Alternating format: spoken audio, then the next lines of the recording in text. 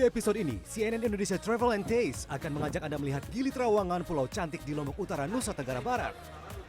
Pulau ini disebut sebagai pulau ramah lingkungan, surga penyu, hingga pulau tak pernah tidur. Let's start the journey to explore the Paria Island, Gili Trawangan.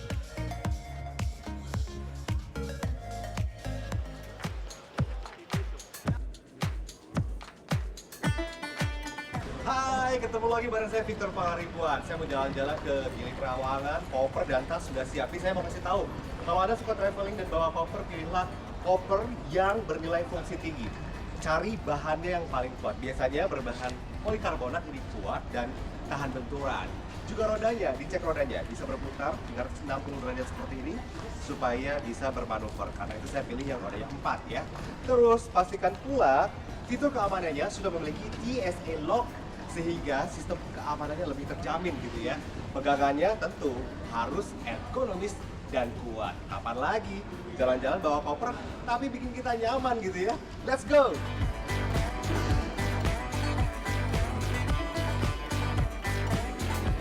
Traveler, jika budget liburan kamu terbatas, kamu bisa lakukan hal ini.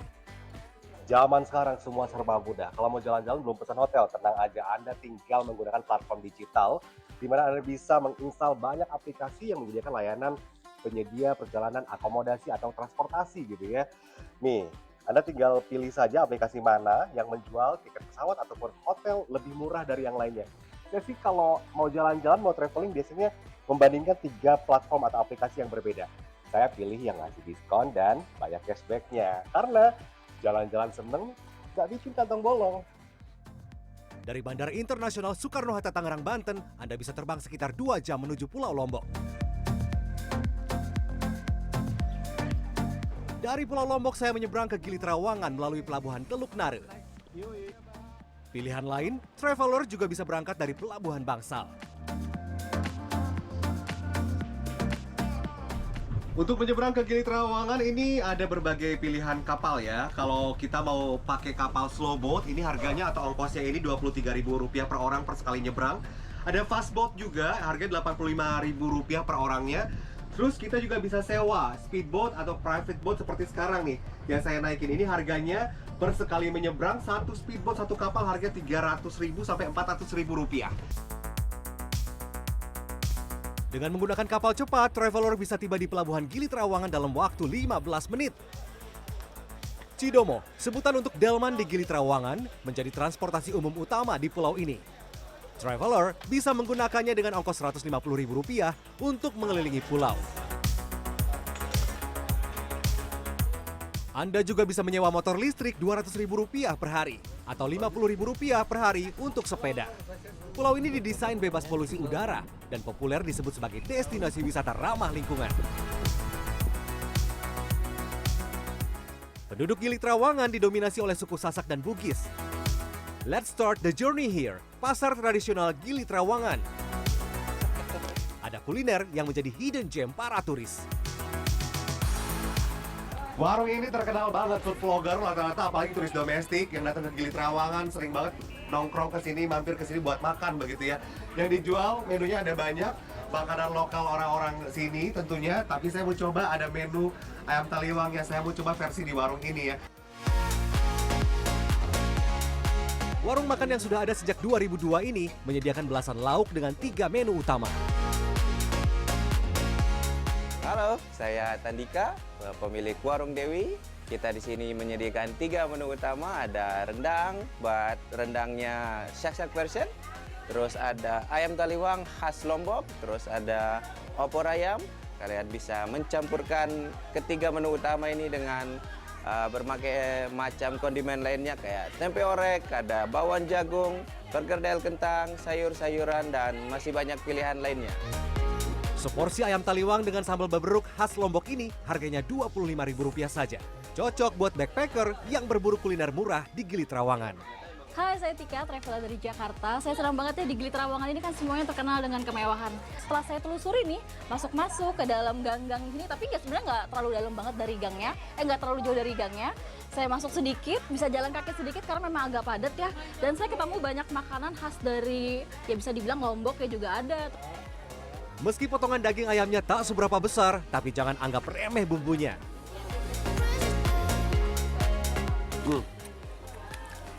Saya suka pedas, jadi kalau ayam taliwang sih saya suka ya. Karena dia pakai sambal, sambalnya itu pakai cabai merah, pakai cabai rawit juga, bawang putih, terus ada cabai keringnya, jadi makin pedas gitu, makin panas gitu ya. Dan sambal beberonya juga enak, mirip sama sambal matah, tapi ada terongnya khas banget. Ini sih saya suka banget. Jadi ayam taliwang itu kan ayamnya dipanggang nih. Kalau belum dibumbuin kayak gini nih bentuknya nih. Nah, jadi ini dipanggang, habis itu dibumbuin pakai sambal yang merah. Kalau yang suka pedas, mantep nih, harus coba. Next, kita jajal kelezatan ayam taliwang versi restoran mewah. Lokasinya tepat di pinggir pantai. Saya kasih tahu rahasianya kenapa ayam taliwang itu begitu lezat, begitu nikmat. Ini dia bumbunya. Jadi bumbunya ini pakai cabai merah, cabai keriting, terasi, kemiri, bawang merah, dan bawang putih dihaluskan kayak gini.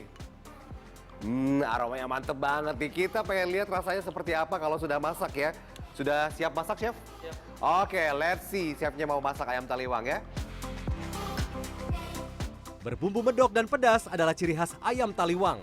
Daging ayam yang sudah diungkep dengan bumbu dipanggang sekitar 5 menit sambil diolesi bumbu merah. Saat disajikan, disiram lagi dengan sambal merah. Halo, saya Hasan Bisri, GM dari Free Resort Gili Trawangan, yang mana kami masih menyediakan menu tradisional khas Lombok, yaitu ayam taliwang. Jadi turis-turis tidak perlu lagi ke Lombok, jadi bisa menikmati langsung di restoran kami.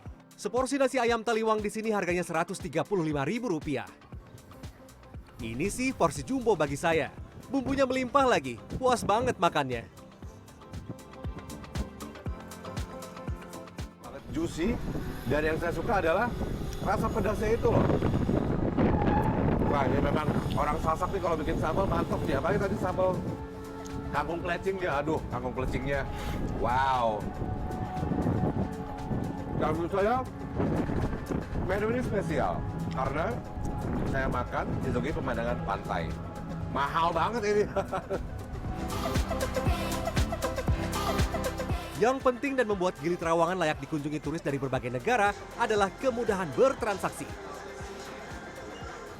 Meskipun ini pulau kecil, tapi saya suka ya karena banyak merchant yang sudah mendukung pembayaran atau transaksi tanpa kontak fisik. Jadi tidak lagi kartu digesek di mesin edisi, tetapi cukup di tap seperti ini, maka pembayaran otomatis dilakukan. Atau ketika ponsel Anda disupport oleh teknologi NFC, maka handphone Anda tinggal didekatkan ke mesin pembayaran, maka transaksi otomatis dilakukan. Saya suka sih. Jadi kalau Anda liburan, jalan-jalan, pilihlah jasa perbankan yang menyediakan atau mensupport layanan contactless payment ya. Pantas aja turis asing merasa nyaman nih berwisata di sini karena bertransaksi semudah itu gitu. Selesai ya Mbak. Makasih. Pulau ini dikelilingi pantai yang indah. Di antaranya bisa menjadi spot untuk menikmati matahari terbit dan matahari terbenam dengan berbagai aktivitas. Hai, saya Akmalia dari Yogyakarta. Hari ini pertama kali banget datang ke Gili Trawangan. Yang jelas pulaunya keren, seru, asik, dan ternyata banyak spot-spot tempat yang emang nyaman banget buat chill, sore-sore, sunset. Asik banget pokoknya.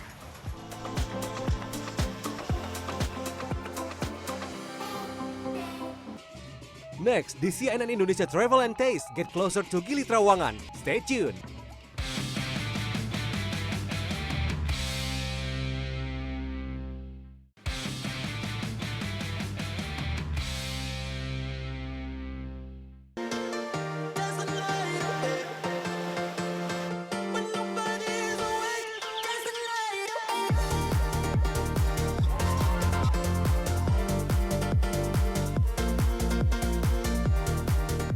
Beginilah Gili Trawangan saat pagi hari. Ada beberapa fun fact yang dimiliki Gili Trawangan.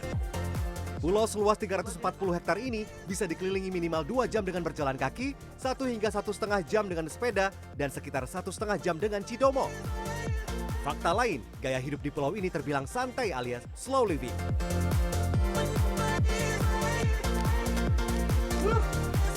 Kalau saya lihat memang Gili Trawangan ini slow living banget ya kehidupannya. Ini saya kasih tahu.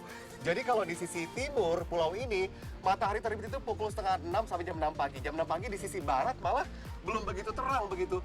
Dan aktivitas warga lokal, turis yang seliburan di jalan ini mulai ramai jam 9 pagian gitu. Nah, sambil menunggu ramai, kalau Anda bangun pagi, lakukan hal yang Anda sukai. Salah satunya olahraga, jogging seperti saya. Karena masalahnya udaranya seger banget. I love it, I like it. Ini, wah ini sih tenang banget hidupnya, slow living banget, santai gitu ya. Lapar saat berkeliling pulau? Saya punya tipsnya. Lapar pas jalan-jalan, snack bisa jadi pilihan. Saya suka cemilan yang banyak seratnya dan kandungan proteinnya juga banyak ya, kayak gini. Anda bisa pilih sereal ataupun yang berbahan kedelai.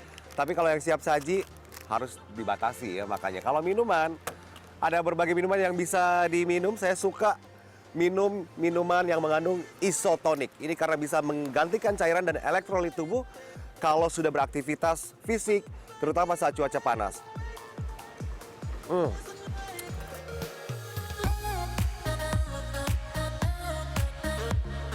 Ini adalah spot menyelam populer di Gili Meno, pulau yang berada dekat dengan Gili Trawangan.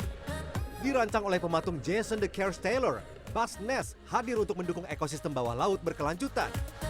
Patung-patung melingkar di kedalaman 4 meter ini semakin indah ketika ditumbuhi terumbu karang.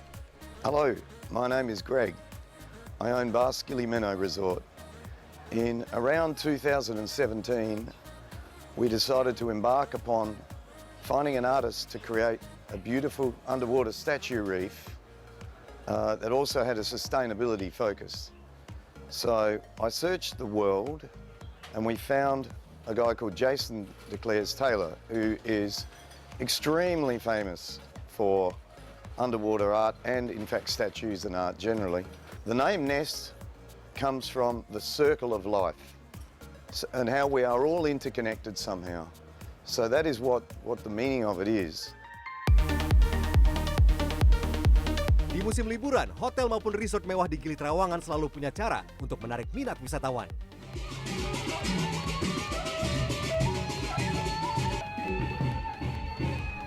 Jadi kalau bertepatan dengan ada satu event atau acara, kita bisa melihat bagaimana budaya seni suku Sasak di Gili Trawangan ini ya. Ini lagi ada parade, ada karnival. Nanti kita lihat, katanya ada gendang belek juga seperti apa. Seru banget kayaknya. Gendang belek, alat musik tradisional suku Sasak di Nusa Tenggara Barat. Ada apa aja alat musiknya? Kita tanya langsung nih. Hai, saya Jody, Ketua Gendang Belek Banyu Urip Gili Trawangan. Jadi gendang belek ini adalah salah satu alat musik tradisional khas Lombok yang berkomposisi ada 5 alat musik, yaitu gendang, cengceng, reong, oncer, dan gong. Jadi gendang ini adalah kepala dari semua alat musik, sedangkan cengceng adalah alat musik yang paling berisik, dan oncer adalah jantung dari semua alat musik, dan reong berfungsi untuk melodi dari gending, dan yang terakhir adalah gong.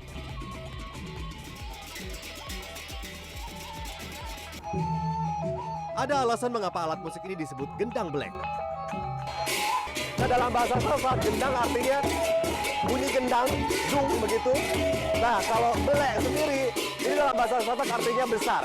Jadi gendang belek itu adalah gendang yang besar tuh. Ukurannya seperti ini, suaranya menggelegar banget gitu ya. Konon, gendang belek digunakan untuk mengiringi prajurit saat ke medan perang karena suara yang dihasilkan dipercaya mampu membuat para prajurit lebih berani.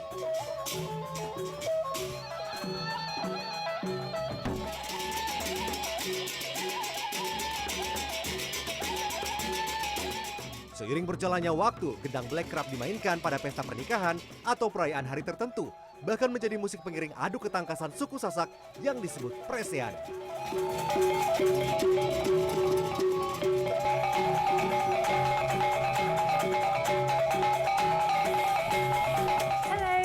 Stan, I'm from France, and for me, Gili Trawangan is really nice. You can meet new people, watch very beautiful sunsets, and it's very peaceful, but you can do party too, and it's very a mix between those two, and it's really nice.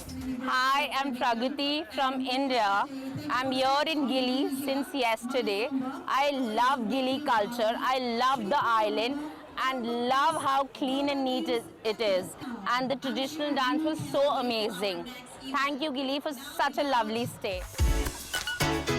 Next, kita akan melihat sisi lain di pulau ini, konservasi penyu berkelanjutan hingga bagaimana sampah dikelola secara swadaya.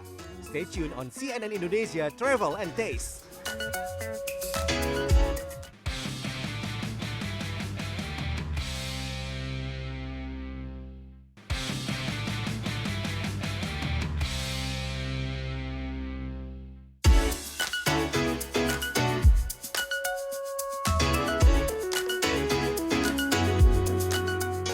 Snorkeling di waktu pagi adalah waktu yang tepat untuk melihat penyu di perairan Gili Trawangan maupun di pulau-pulau di sekitarnya. Saat laut surut, penyu bisa berenang di tepi pantai. Tadi ada penyu hijau, green turtle. Ini besar karena penyu dewasa biasanya ukurannya bisa sampai 1 meter gitu ya panjangnya. Terus tiap pagi biasanya mereka akan ke perairan lebih dangkal untuk mencari makan. Ada fun fact juga di penyu ini. Jadi dia kalau bertelur, dia akan ke tepian pantai, dia bertelur. Jadi ketika dia ingin bertelur lagi, dia akan bertelur di tempat yang sama. Jadi instingnya jalan, entah kenapa. That's turtle. Keren ya? Kawasan wisata Teramena yang terdiri dari Gili Trawangan, Meno, dan Air merupakan kawasan konservasi habitat penyu, terutama spesies penyu hijau atau green turtle, olive ridley turtle atau penyu lekang, dan hawksbill turtle atau penyu sisik. Di pesisir pantai Gili Trawangan, traveler dapat menemukan sarang telur penyu dengan mudah karena sudah ditandai oleh para pelestari penyu.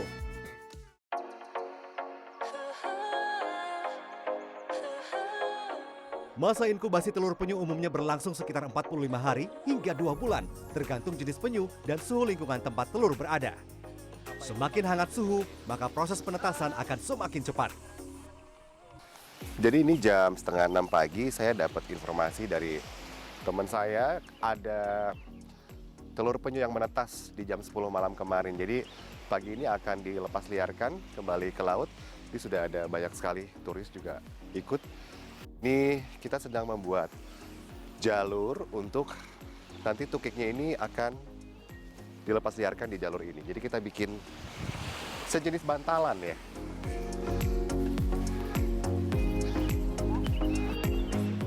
Kami membuat jalur pelepas liaran tukik bersama di barat pantai Gili Trawangan. Kali ini tukik yang dilepas liarkan berjenis penyu lekang. Kami melakukan pelepas liaran tukik bersama para relawan proyek penyu Gili Trawangan. Nah, saat melepas liarkan seperti ini, kita harus memastikan jalur tukik ini ada di jalur yang tepat. Supaya mereka bisa kembali lepas ke lautan dan tidak salah arah gitu ya. Jadi kita memperhatikan saja bagaimana mereka jalan ke sana. Lebar tukik berjenis lekang sekitar 30 mm dengan panjang 40 mm. Pagi hari sebelum matahari terik adalah waktu yang tepat untuk melepas liarkan tukik ke laut. Alasannya, tak banyak predator yang beraktivitas di laut pada waktu tersebut. Ada beberapa hal yang menyebabkan tukik ini tak mampu keluar dari telurnya secara alami. Halo, nama saya Susi Lestari, saya relawan dari proyek penyu. Nah, jadi untuk hari ini sebenarnya kita ada kesempatan untuk merilis beberapa ekor penyu. Sebenarnya lumayan banyak ekor penyu untuk hari ini. Kalau untuk penetasannya, kita sebenarnya menganjurkan untuk membiarkan mereka keluar sendiri kayak gitu, karena itu kita mendukung mereka untuk berkembang secara alami ya. Jadi lebih bagus untuk mereka keluar sendiri. Cuman untuk beberapa kasus seperti kasusnya misalkan sarangnya itu udah terlalu lama direndam air, misalkan jadi kan ada beberapa bagian dari sarangnya itu atau bagian terutama bagian atasnya ya. Biasanya kalau kerendam terlalu lama itu bakal agak keras dan itu akan menyusahkan mereka untuk keluar dari sarang gitu. Jadi chance untuk telurnya itu akan rusak atau akan sulit menetas itu lebih besar. Saya tidak menyangka banyak wisatawan yang ikut dalam pelepas liaran tukik di pulau ini. Bahkan mayoritas adalah turis mancanegara. Hi guys, I'm Karen. I'm from London, England, and I'm here today on this most amazing morning that is basically something that's been on my bucket list for so many years, and it's just the most beautiful experience I've ever had, and they're just beautiful, and yeah, I've had an amazing morning so far. Perlu waktu lebih dari 1 jam melepas liarkan ratusan tukik ini hingga mereka berhasil berjalan pelan menuju laut lepas. Idealnya, tukik dilepaskan langsung usai menetas dari telurnya tanpa melalui penangkaran agar mereka dapat beradaptasi langsung dan mampu berenang dalam air. Ada perasaan haru, perasaan bahagia melihat momen ini ketika tukik ini, bayi-bayi penyu ini dilepas liarkan. Seperti mereka kembali ke kehidupan yang mereka seharusnya ada di sana begitu ya. Sebenarnya ada satu cerita menarik dari si penyu ini. Jadi dari ratusan yang menetas, si bayi-bayi ini, itu biasanya kesempatan hidupnya hanya 1-2%. Jadi bayangkan, kalau ada 100 tukik yang dilepas liarkan, paling cuma 1 atau 2% saja yang bisa hidup. Kenapa? Salah satu faktornya adalah mereka dimangsa oleh predatornya. Jadi kebanyakan tidak bisa bertahan hidup begitu ya. Dan usia penyu itu bisa bertahun-tahun, bisa belasan, bahkan ada yang meneliti pernah ditemukan penyu berusia 80 tahun. Ini artinya memang keberadaan penyu-penyu apalagi di Gili Trawangan atau di pulau-pulau lainnya memang harus terus dilestarikan ya supaya mereka tetap eksis, tetap ada. Tukik yang baru terlahir ke dunia kini berjuang sendiri untuk bertahan hidup. Sebagai hewan soliter, penyu lebih suka hidup menyendiri. Mereka jarang berinteraksi dengan penyu lain kecuali saat musim kawin tiba.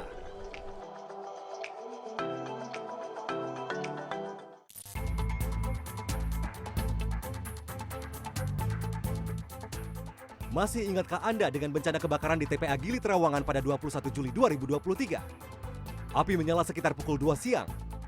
Banyaknya material sampah yang mudah terbakar membuat api baru bisa dipadamkan setelah 2 hari. Dan beginilah kondisi tempat pemrosesan akhir sampah di Gili Trawangan, Kabupaten Lombok Utara, Nusa Tenggara Barat dari tahun ke tahun. Ternak sapi warga memakan sampah sudah menjadi pemandangan yang biasa terlihat di gunungan sampah. Sampah di pulau ini dikelola secara swadaya oleh Forum Masyarakat Peduli Lingkungan atau FMPL Gili Trawangan sejak 1990. Setiap hari pukul 7 pagi hingga 12 siang, petugas mengumpulkan sampah di seluruh area pulau dengan menggunakan armada bertenaga kuda. Sedikitnya ada 18 hingga 20 ton sampah yang terkumpul setiap hari. Di TPST yang dibangun pada 2017 inilah mereka memilah sampah. Dengan alat seadanya, sampah botol plastik dipres sebelum dijual, sementara botol kaca dicacah untuk dijadikan bahan bangunan berupa batako. Gili Trawangan menjadi destinasi wisata unggulan di Lombok Utara. Namun di balik pesonanya, pulau ini masih berjuang menyelesaikan persoalan sampah. Hi, my name is Sean. I am one of the project managers here in the Gili Eco Trust in the Gili Islands. Every single Friday, we are trying to clean the beach all over the island to make sure there is no plastic. The Gili Eco Trust is prioritising a very clean plastic-free island. We are working in waste management alongside the FMPL, trying to recycle as much of the waste as we find and then educate the tourists that come here, the local community that work here and live here about building a safer environment for all of us. Didirikan sejak 2021, organisasi nirlaba Gili Eco Trust bekerja sama dengan FMPL untuk menangani masalah sampah di Gili Trawangan. Setiap Jumat, mereka mengajak warga lokal dan wisatawan untuk melakukan kegiatan beach cleaning atau aksi bersih-bersih pantai di pulau ini. Yang saya suka dari kegiatan ini adalah mereka melibatkan siapapun orangnya, mau warga lokal, mau turis, mau para pekerja yang ada di pulau ini. Mereka bersama-sama membersihkan pantai rutin gitu ya. Dan mereka ini sangat teredukasi. Saya suka cara mereka menyampaikan bagaimana caranya untuk memisahkan sampah. Bahkan mereka menjelaskan ada sampah yang memang bisa di-recycle, bisa dipakai kembali, diolah kembali. Ada yang memang residu yang tidak bisa diolah sama sekali. Dan ini sesuatu yang menurut saya harus ada terus ya. Karena masalah sampah seakan tak ada habisnya, tak pernah selesai di Gili Trawangan gitu. Bersama para turis asing, saya menjelajahi tepian pantai Gili Trawangan selama 1 jam untuk memungut sampah. Hi, I'm Mariah and I'm from the Netherlands and I came here to Gili Tea and I heard about the beach cleanup through my hostel and I decided to come to, help out the environment and, it's also a fun activity to meet some other people. Semua jenis sampah yang ditemukan di pantai kami kumpulkan, baik yang bisa didaur ulang maupun sampah residu yang tak bisa didaur ulang, kecuali sampah organik. Bahkan puntung rokok pun kami pungut. Jadi relawan di situ udah ngerti gitu ya. Jadi bag-bag yang mana, tas-tas yang mana, karung-karung yang mana untuk sampah apa. Jadi kalau saya menemukan sampah kertas, misalnya this is for you or for her? For her. This is for her. Oh, for her. Her bag. Jadi ditaruh dengan sampah sejenisnya. The plastic here? Yes. Oke. Ketika mereka menemukan yang berbahan kaca, mereka akan berjalan terus sampai menemukan orang yang bawa karung yang isinya sampah kaca, berbahan kaca gitu ya. Setelah 1 jam, para relawan kemudian mengumpulkan sampah yang didapat. Sampah kemudian dikemas untuk selanjutnya dibawa ke tempat pemrosesan sampah. Sampah yang berpotensi memiliki nilai jual diolah menjadi berbagai barang, mulai dari tatakan gelas hingga benda pakai lain, tergantung material sampah daur ulang yang didapat. Siapa sangka, pulau yang telah dikunjungi 478.000 wisatawan mancanegara sepanjang 2024 ini masih bergelut dengan masalah sampah. Jadilah wisatawan bijak dengan membuang sampah pada tempatnya. See you on next trip and look closer the other place only with CNN Indonesia Travel and Taste.